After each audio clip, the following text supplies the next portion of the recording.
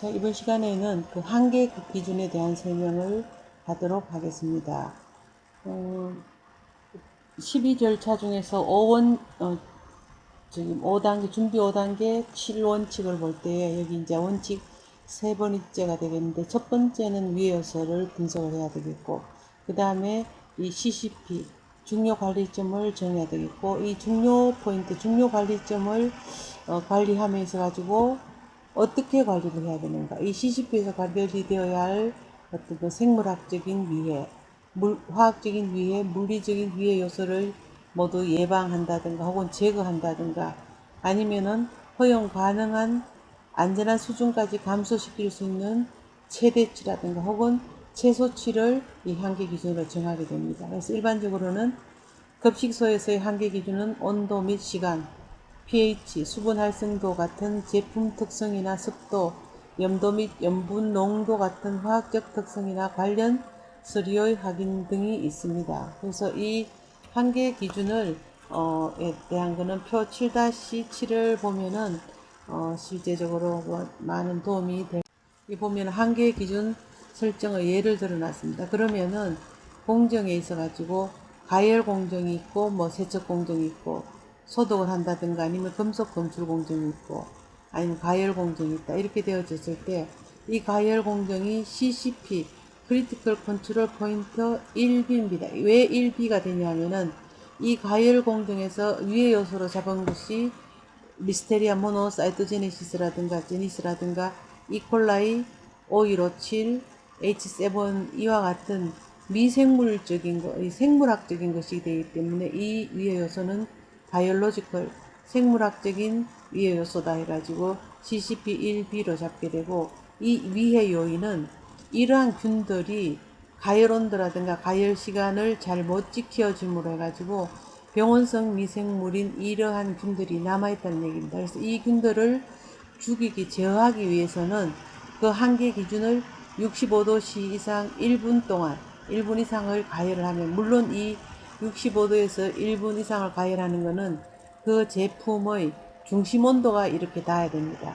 외부 이렇게 그 표면 온도가 아니라 중심 온도가 이렇게 1분 이상 닿으면은 가열, 이 리스테리아 모노사이토제니스라든가 이콜라이, 오이로칠 대장균, 이 병원성 대장균인 이 이콜라이 이와 같은 것들은 사멸하기 때문에 이 위의 요인을 위의 요소를 결국은 CCP1B로 잡고 한계 기준을 65도 이상 1분 이상을 잡으면, 예를 들어서 이 가열 공정의 CCP1B를 65도씨에서 1분 30초라든가 2분을 잡으면은 나는 이 균에 대해서는 충분히 제어할 수가 있기 때문에 이 균이 없는 데서 생물학적 위해를 제어함으로 해서 안전한 식품을 생산할 수 있다 하는 그러한 그 기준이 되는 겁니다. 그래서 그 한계 기준을 이렇게 설정을 하게 되고, 만약에 세척을 하게 되는 경우에는 CCP1B를 하게 되는데, 이 세척은 물론 물리적인 위해를 막기 위해서 어떤 뭐 지푸라기라든가 머리카락이라든가 돌이라든가 금속 조각이라든가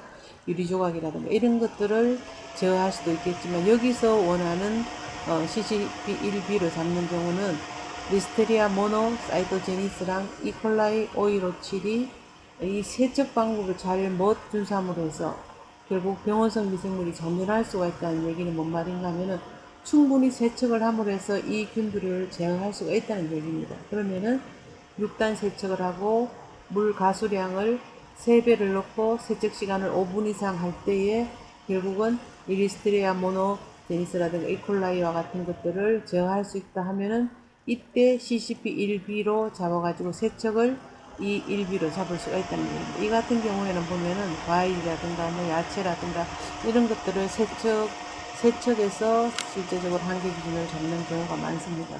6단 세척을 한다, 뭐 5단 세척을 한다, 뭐 물의 양은 얼마 정도가 되고 세척하는 시간은 뭐 몇 분 또 이상, 아니면 또 세척 방법까지도 이 한계 기준을 설정을 해두게 됩니다. 그 다음에 소독을 한다든가 아니면 금속 검출하는 경우는 또 CCP1B로 잡았을 때 리스트리아 모노사이토제니스라든가 이콜라이 오이로치로 같은 것들이 제어가 되는 경우는 바로 소독 농도가 500에서 100ppm, 또 소독 시간이 1분에서 1분 30초로 한계 기준을 설정을 하면은, 만약에 농도를 뭐 30ppm이고 소독 시간을 1분 이하로 한다면은 이 한계 기준이 안 되겠죠. 왜냐하면 이 균을 제어할 수가 없기 때문에. 그래서 이러한 제어를 할 수 있다는 것은 결국 미생물 실험을 통해 가지고 소독 농도를 이 정도로 하고 소독 시간을 1분으로 했을 때 이 균이 이것보다 짧을 때보다도 제어가 되더라 하면은 그에 따르는 미생물 실험을 하게 됩니다. 반복 실험을 3번을 해서 결국은 여기에 따르는 한계 기준을 설정을 하게 되는데, 이렇게 한계 기준을 설정을 하면은 위의 요인인 뭐 어떤 병원성 미생물이 잔존하는 것을 없앨 수가 있다는 얘기입니다. 그래서 이 미생물이기 때문에 CCP1B로 잡게 되고, 그 다음에 가열 공정에 CCP4P로 되어지는데, 이 가열 공정에 보면은 가열 공정이라기보다는 이물 검출 공정이라든가 이렇게 될 것 같습니다. 그래서 금속 이물인데 금속 검출기 감도가 불량함으로 해서 이물이 잔존하게 된다. 뭐 쇠 조각이라든가 뭐 아니면 커트칼이라든가 이런 것들, 그죠? 철이라든가 뭐 쇠수셈이 있죠. 철수셈이. 철 2mm 이상이 불검출되고 쇳가루가 불검출되도록 이제 하는 것을 바로 한계 기준으로 잡는데, 이럴 때는 금속 검출기를 한다든가 또 아니면 쇳가루와 같은 것들은 금속 검출기가 잡아낼 수 없으면 자석봉과 같은 것들로 하게 됩니다. 그러면 자석봉의 기준을 뭐 가우스 얼마로 이렇게 정해가지고 설정을 해서 하게 되는데, 그럴 때는 CCP 뭐 4P로 이렇게 잡는다든가 해서 가열 공정이 아닙니다. 금속 검출 공정입니다. 이렇게 할 수 있다는 얘기가 되겠고, 그 다음에 이제 세 번째 한계 기준을 설정을 하고 나면은 이 한계 기준에 맞는지 안 맞는지를 CCP 모니터링 체계를 확립을 하게 됩니다. 그러면 CCP에 해당하는 공정이 한계 기준을 벗어나지 않고 안정적으로 운영되도록 관리하기 위해서 종업이나 또는 기계적인 방법으로 수행하는 일련의 관찰 또는 측정 수단이다. 이렇게 해서 이 모니터링은 이렇게 모니터링을 하게 됩니다. 한계 기준이 제대로 설정이 됐는지 그렇지 않은지를 따져보고 모니터링을 해가, 만약에 벗어난다면 다시 이제 개선을 해야 되겠죠. 모니터링 하는 목적은 뭔가 하면은 안전관리에 대한 통제라든가 관리 기준의 일치 여부를 확인하고 적합성 확인 단계의 근거 제공 등 중요 관리점을 효율적으로 관리하기 위해 모니터링 체계를 수립을 하게 됩니다. 그래서 이럴 때는 뭐 모니터링을 할 적에만 온도라든가 소요 시간을 측정한다든가 화학적인 방법으로 소독된 농도를 확인한다든가 이렇게 해서 이 모니터링이 제대로 잘 되는지 조그만들이 안 되는지를 체크를 해보게 되겠죠. 그래서 모니터링 체계를 수립해서 시행을 하게 되면은 첫 번째는 이제 작업 과정에서 발생되는 유해 요소 추적이 용이하고, 두 번째는 작업 공정에서 겁니다만 이렇게 모니터링 체계를 수립하여 시행하는 경우에는 첫 번째는 작업 과정에서 발생되는 위해 요소 추적이 용이하고, 두 번째는 이제 어디에서 위해 요소가 발생이 되었더라 하는 것을 이제 감시, 쉽게 말하면 모니터링 뭐 감시 체계라 하면은 그러겠지만 감시 체계를 한다면은 추적이 용이하다는 얘기입니다. 둘째는 작업 공정 중에서 CCP에서 발생한 기준 이탈 시점을 확인을 할 수가 있다는 얘기고, 세 번째는 문서화된 기록을 제공하여 금정 및 식품사고 발생 시 증빙 자료로 확인을 할 수가 있습니다. 그래서 이러하게 모니터링 체계를 수립을 하고, 그 다음에 이제 원칙 다섯 번째는 개선 조치를 해라. 즉 한계 기준이 이탈됐다는 모니터링을 했을 때 제대로 어떤 CCP의 관리가 잘 되지 않는다면은 개선을 해야 되겠죠. 그게 원칙 5번입니다. 해썹 시스템은 식품 생산의 전 공정에서 위해 요소가 발생하기 이전의 문제점을 미리 파악하고 시정하는 예방 체계로서 모니터링 결과 한계 기준을 벗어날 경우에는 취해야 할 개선 조치 방법을 사전에 설정을 하고 신속한 대응 조치가 이루어지도록 이제 개선을 해야 될 것 같습니다. 그 다음에 검증을 하게 됩니다. 그래서 해석 계획에 대한 유효성 평가를 하는데, 이 유효성 평가나 해석 계획의 실행성을 검증을 포함을 하는데, 즉 설정을 한 안전성 목표를 달성하는데 효과적인지, 해석 관리 계획에 따라 제대로 시행이 되는지, 해석 관리 계획의 변경 필요성은 없는지를 검증하는 일종의 해석 시스템 적용에 대한 통계 단계가 바로 이 검증을 하게 됩니다.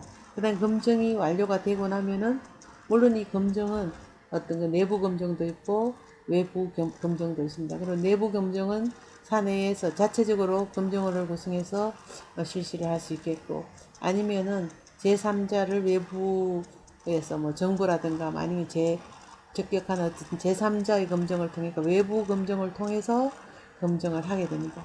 이렇게 검증 절차까지 거치고 나게 되면은 이제 이게 해석 체계를 문서화를 해라. 문서화하고 기록 유지 방법을 설정을 해라. 문서화를 하고 나면은 어떤 예를 들어서 온도 기록 관리지라든가 뭐 아니면 차량 유지라든가 작업장에 어떤 여러 가지 자료와 같은 것들을 기록을 하게 되어 있습니다. 시간에 맞춰 가지고 CCP 관리가 잘 되고 있는지, 잘 수행되지 않는지 이런 것들 모두 기록을 해야 되고, 이 기록에 있는 것을 유지해야 되겠죠. 해썹을 실시하고 있는 동안 계속적이고 정확한 기록이나 보조는 해썹 관리 계획을 준수하였음을 보증해 주는 건 물론이거니와 외부 감사가 왔을 때에도 효과적인 자료로 이용이 될 수가 있습니다. 문서나 기록 유지는 해석 체계의 필수적인 요소이기 때문에 아무리 말로서 우리가 잘하고 있습니다라고 한다 하더라도 그거는 어떤 객관적인 자료가 되지 않기 때문에 꼭 문서를 문서화시키고 기록해서 모든 분들의 작성자라든가 아니면 또 책임자들의 서명 나디를 받아서 문서화처를 해둬야 되겠죠. 그 다음에 보면은 식품 제조가공업체 및 단체급식소에서 해썹 적용 추진 절차가 있습니다. 그러면은 제일 먼저 물론 이거는 제가 아까 말씀드리는 선행여건 프로그램이라는 게 있다고 했죠. 그건 마지막에 제가 설명을 별도로 드리도록 하겠습니다. 영업장 관리라든가 물 용수 관리라든가 뭐 어떤 또 개인위생 관리라든가 뭐 보관 관리라든가 뭐 이런 여러 가지 이 선행 요건을 미리 다 해놓은 상태에서 이 해썹을 추진을 하게 되어 있습니다. 그래서 개선 보완을 할 적에 해썹 추진팀, 해썹팀을 구성을 하고 역할 분담을 하고 현장의 위생 점검이나 시설 개보수를 해주고 선행 요건 프로그램의 기준서를 작성을 합니다. 그 다음 이 선행 요건을 현장에 적용을 해보고 만약 적용했을 때에 개선이라든가 보완이 필요하면 새로 보완해서 기준서를 작성해서 그 다음 제품 설명서라든가 공정 흐름 도면을 작성하게 있습니다. 그렇게 하고 난 다음에는 위의 요소를 분석을 하고 해썹 관리 계획을 수립을 하고 해썹 관리 기준서를 작성을 하고 그 다음에 유효성 평가를 포함하는 어떤 뭐 교육이라든가 훈련일지라든가 시범 적용시키고 그 다음 해썹 시스템을 본가동 하게끔 이렇게 됩니다. 근데 만약에 해썹 교육이나 훈련의 시범 적용이 제대로 만약에 시행되지 않는다든가 유효성 평가를 했을 때에 적합하지 않다면은 개선 보완해서 새로 다시 해썹 관리 기준서를 작성을 해야 된다는 얘기를 드리고 있죠. 그 다음에 좀 전에 말씀드린 선행요건과 해썹이다. 이렇게 해서 이 선행요건은 영업장 관리라든가 위생관리, 제조시설 설비관리, 냉장 냉동시설 설비관리, 용수관리, 보관운송, 검사, 회수 프로그램 이렇게 해가지고 해썹 시스템을 운영하기 전에 미리 선행적으로 이러한 요건을 갖춰야 된다는 얘기입니다. 그럼 영업장은 뭐 바닥은 어떻게 뭐 수세가 가능하고 또 뭐 어떻게 안전성에 있어서 미끄러지지 않는다. 타일 같은 걸 둬가지고 뭐 만약에 먼지라든가 이물질이 잘 끼은다든가 하면은 안 되니까 그러한 바닥이 편편하고 세척이 가능해야 된다. 일단 벽면은 어떻다, 천정은 어떻다, 뭐 내수성이 있어야 된다, 곰팡이가 생기지 않도록 해야 된다, 트렌치 관리는 어떻게 한다, 배수로가 약간 기울기가 구배가 잘 맞아야 된다. 이렇게 영업장 관리를 하게 되고 위생관리는 개인위생부터 시작해서 뭐 작업장의 위생관리라든가 있겠죠. 그 다음 제조시설에 대한 제조시설이나 뭐 설비관리, 제조시설이 만약에 뭐 텀블러라든가 아니면은 뭐 어떤 그 가열 탱크라든가 또 배관이라든가 이러한 것들에 대한 설비 관리도 충분해 가지고 만약에 식품 제조 가공에 필요한 식품 제조 가공에 사용이 가능한 그런 시설이라든가 설비를 해야 되는데 뭐 도구도 마찬가지고 사용할 수 없는 그런 뭐 우레탄 소재의 어떤 뭐 기구라든가 설비라든가 시설이라든가 이런 거 쓰면 안 되겠죠. 이런 것들에 대한 관리를 하고 선행 요건을 맞춰야 된다는 얘기고, 냉장 냉동 시설이라든가 설비 관리, 냉장 시설이 잘 이렇게 운행이 되고 있는가, 냉동의 어떤 온도 관리가 잘 되는가, 이러한 것들에 대한 것들도 미리 다 맞춰놓고, 만약에 냉장 냉동 시설이 제대로 가동치 않는다면은 뭐 구축을 해야 되겠죠. 구축을 하고 또 이 냉장 냉동 시설에 대한 어떤 검교정도 받아야 될 것 같고요. 그 다음에 용수 관리, 지하수를 쓰느냐 아니면은 상수도를 쓰느냐. 지하수를 쓰는 경우에는 뭐 저장 탱크가 있으면 이 저장 탱크에 대한 저수조를 잘 관리를 하는가, 물기가 끼지 않는가, 이물질이 들어가지 않는가, 이런 용수 관리. 보관하고, 보관은 뭐 이렇게 생산된 제품을 보관을 한다든가, 또 운송 관리, 자차에서 어떤 것, 자사 내에서 운행하는 그런 차량이 있다면은 차량 관리가 들어가야 될 테고, 지입차 같은 경우에는 또 지입차에 대한 이 어떤 미자 심사 평가를 해서 이러한 그 깨끗하게 소비자한테 도착될 때까지 배송 어떤 그 관리를 해줘야 되겠고, 검사 관리, 그다음에 자가품질 검사라든가 이런 것들은 자체 내에서 자가품질 검사를 하는 경우도 있지만, 보통은 뭐 정부에서 인정한 그런 공인 검사기관에 의뢰해가지고 자가품질 검사를 받는다든가 하게 되겠고, 그 다음에 혹여라도 뭐 이렇게 뭐 어떤 그 기준 규격이 잘못됐다든가 불량품이 생겼다든가 하는 경우는 이 해수 프로그램을 또 운영을 해서 해수 프로그램 관리를 해야 됩니다. 그래서 이 리콜 조치를 뭐 자진 리콜 한다든가 강제 해수를 한다든가 자진 해수를 한다든가 이러한 프로그램 관리도 선행적으로 실제적으로 다 이거는 갖춰져 있는 상태에서 해수 플랜이 운영이 됩니다.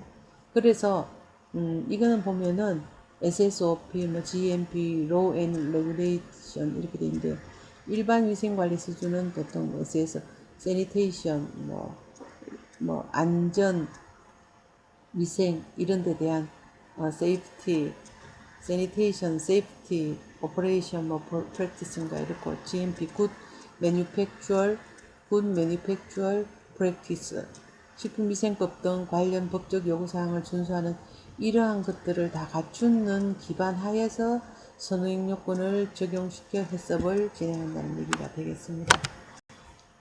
이게 보면은 또 나오네, 그죠? 이게 GMP 뭐 선행요건이 갖춰지는 상태에서 해썹 플랜이 일어난다는. 그 다음에 선행요건의 관리 범위는 좀 전에 말씀드렸듯이 영업장 관리라든가 위생 제조시설 이게 다 말씀드렸. 영업장 관리 중에서 영업장 주변은 그 영업장의 어떤 위치라든가, 예를 들어서 식품 제조 가공 공장 주변에는 500m 안에 뭐 축사가 있으면 안 된다든가 뭐 이런 것들, 그죠? 그 다음에 폐기물 처리장이 있으면 안 된다 하는 그런 위치가 적합해야 되겠고, 주변 환경도 마찬가지로 어떤 그 제품 생산에 영향을 줄 수 있는 그런 나쁜 환경이면은 영업장으로서 허가를 받는데 좀 어렵겠죠. 그 다음에 영업장은 건물의 뭐 구조라든가 공간이라든가, 또 건물의 바닥재, 바닥, 벽, 천장 이러한 것들은 재질이라든가 뭐 구조가 뭐 이렇게 뭐 분리가 돼, 일반 구역 뭐 또 청결 구역이 있다면 그 일반 구역하고 청결 구역에 대한 어떤 또 구분이 잘 되어져 있는가, 분리가 되어져 있는가, 구역이 되어져 있는가, 이런 것들도 잘 처리해야 될 것 같고, 그 다음에 배소 및 배관, 이렇게 그 연기라든가 어떤 그 방향성 물질, 만약에 커피를 로스팅을 한다면은 그 로스팅 해가지고 이 발생되는 연기와 같은 거 이런 것들은 잘 또 배소가 돼야 되고, 그러면 덕트를 사용한다든가 환기구를 만든다든가, 또 뭐 여러 가지 어떤 그 환기를 도울 수 있는 여러 장치들이 있겠죠. 그런 것들. 그다음에 배관은 뭐 물이 빠져나간다든가 또 뭐 한 그런 부분들이 되겠죠. 그래서 그 방향이라든가, 이 구배와 같은 경우에는 물을 청소를 했는데 만약에 그 기울기가 약간 기울어진다든가, 조금 어떤 그 구배가 이게 약간 기울어져 가지고 배수로로 연결돼야 되는데 그게 반대로 울퉁불퉁하다든가 잘 안 된다든가 하면은 이 배관에 물이 고여서 결국은 구배 맞지 않아 그 물이 고임을 해가지고 결국은 뭐 곰팡이를 발생시킨다든가 하는 여러 가지 퇴적물들이 생길 수 있겠죠. 그러면 결국 제품 생산에 나쁜 영향을 줄 수밖에 없기 때문에 이런 방향, 구조, 재질과 같은 것들을 이제 잘 선정을 해야 되겠고, 그 출입구의 또 구조라든가 위생 시설을 갖춰야 되겠죠. 출입구는 보면은 뭐 출입문 바로 들어간 입구에 뭐 에어 커튼을 설치를 한다든가 하는 그런 거. 그 다음에 출입구는 잘 이렇게 문을 열고 닫을 때에 잘 밀폐가 되어야 됩니다. 만약에 뭐 고무 패킹과 같은 것들이 뚫려져 있다든가 구멍에 틈바구니가 났다든가 하면 그걸로 거기로 뭐 위생 해충이라든가 위생 동물과 같은 것들이 들어올 수가 있기 때문에 잘 이렇게 관리를 할 수 있는 이 출입구를 잘 만들어야 되겠고, 그 다음에 통로라든가 창가 같은 경우에는 그 구조가 이제 또 통로도 구조를 잘 봐야 되겠고, 창문에는 또 비산 방지를 위한 테이프라든가 뭐 이런 비산 방지를 위한 테이프라 그럴까요? 어떤 비닐이라든가 이런 걸 해가지고 만약에 유리 창문이 깨졌을 때라도 내부적으로 튀어 들어온다든가 해서 제품 생산에 영향을 미치면 안 되니까 비산 방지 비닐을 씌워준다든가 그렇게 해야 되겠죠. 통로도 마찬가지로 출입문에서부터 이제 인적 어떤 그 이동 동선, 그 다음에 물류 동선 이렇게 봤을 때 통로를 각각 잘 맞춰서 열어줄 수 있는 만들어야 된다는. 그 다음에 채광과 조명은 조도 기준. 예를 들어서 입고되는 물품을 검수하기에는 어떤 그 검수실과 같은 경우에는 조도가 뭐 540럭스가 된다. 그 다음 창고 같은 경우에는 뭐 220럭스 이상이 된다. 이렇게 조도 기준이 있습니다. 맞추고 보호장치도 맞춰야 되겠고. 그래서 보호장치를 왜 맞추지 않냐면은 형광등이라든가 조명시설과 같은 게 보호장구를 맞추지 않으면은 혹여라도 떨어진다든가 뭐 하면은 아니면 깨졌을 때 비산이 돼가지고 제품에 튀어 들어갈 수가 있기 때문에 보호장구를 꼭 해줘야 되는 것이 됩니다. 그 다음에 부대시설의 어떤 위치, 그 실험실이라든가 뭐 사무실이라든가 뭐 창고라든가 영업장에 관계되는 것, 그런 것에 대한 위치라든가 구조 및 재질을 잘 선택을 하라는 얘기가 되겠고, 그 다음에 보면은 또 선행요건에서 영업장 관리에서 외부 오염 인자로부터 최소화를 시키고 오염물을 또 차단시키고 유입을 방지해줘야 됩니다. 작업이 편리하고 효율성이 높아야 되겠고, 청소의 효율화, 환경으로부터 오염 방지와 같은 것들은 이 영업장 관리에서 꼭 유념을 해야 됩니다. 그리고 그 다음에 선행요건은 이제 위생관리가 있는데 개인위생, 작업장위생, 제조시설 설비위생, 뭐 방충방서, 부대시설 위생, 청소, 소독, 정리정돈, 폐기물 및 유독관리 이렇게 해서 이 선행요건 중에서 위생관리는 아주 중요한 부분을 차지합니다. 그래서 작업장의 기능 위생이라든가 작업장의 어떤 바닥이랄까 벽면이랄까 천정이랄까 다 깨끗해야 될 뿐만 아니라 이런 작업장 위생이 깨끗하지 않을 것 같으면은 공중낙하균과 같은 것들이 생겨가 제품의 어떤 품질에 영향을 미치기 때문에 이렇게 작업장 위생을 준수해주고, 제조시설이라든가 설비와 같은 것들 뭐 청소를 한다든가 살균을 한다든가 소독한다든가 마찬가지로 녹이 발생됐으면은 녹을 제거한다든가 또 아니면은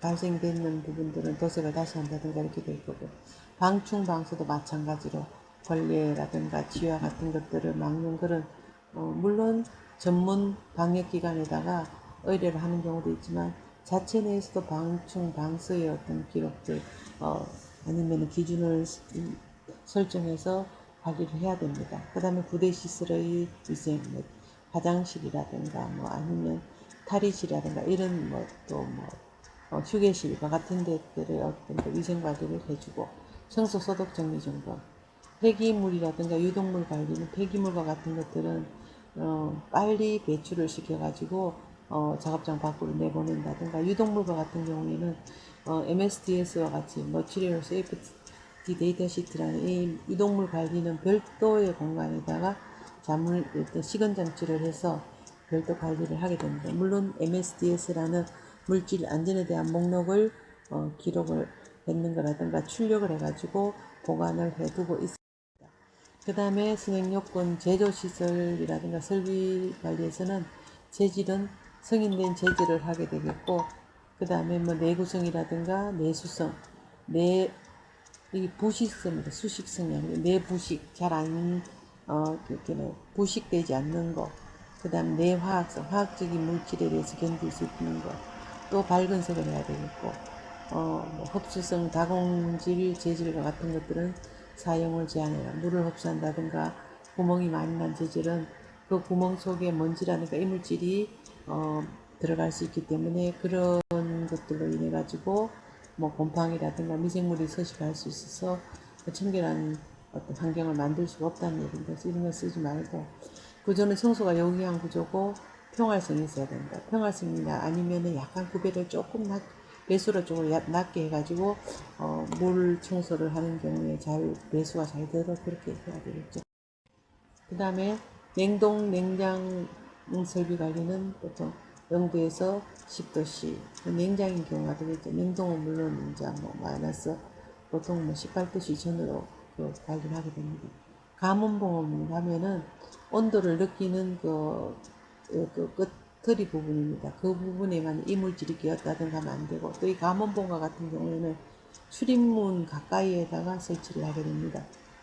왜냐하면은 문을 여닫을 때 온도가 올라가 버리기 때문에, 이 온도가 올라가면은 빨리 냉장고라든가 냉동의 어떤 그 팬이 작동을 해가 빨리 냉동고의 온도를 유지시키기 주기 때문에 가문봉은 출입문 쪽으로, 입구 쪽으로 부착을 시켜두는 것이 좋고, 그 다음에 정기점검이라든가 청소를 한다든가 정기점검을 하고 1년에 한 번씩 점검을 하고 만약에 잘못되면은 교정을 하고, 그걸 검교정이라고 얘기하는데, 이 검교정을 받고 나면은 나중에 이제 검교정 필증이라는 거를 거기에 붙여주게 됩니다.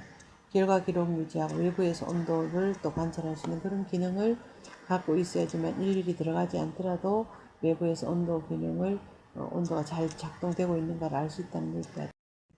그 다음에 용수관리는 물관리라는 얘기입니다. 그러면 상수도이냐 아니면 지하수이냐에 따라 가지고 적용 범위나 수질의 기준, 뭐 치수원 관리, 정수시설, 공급시설, 저장, 배관, 얼음 및 전기 이런 것이 되어지는데, 수질검사는 먹는 물 수질기는 46개 항목에서 매년 1회 이상 검사를 하고, 음료를 생산하는 회사 같은 경우에는 6개월에 한 번씩 검사를 하게 됩니다. 미생물 항목에 대해서는 월 1회 검사를 하게 되고, 상수도 쓰는 경우에는 상수도 사업소와 같은 곳에서 출력을 하면 됩니다. 시험 성적표 같은 거. 근데 만약에 지하수를 쓰는 경우에는 자체 검사를 하게 되죠. 보통 46개 항목을 하게 되면은 한 30몇만 원의 검사 비용이 들게 됩니다. 이렇게 한다.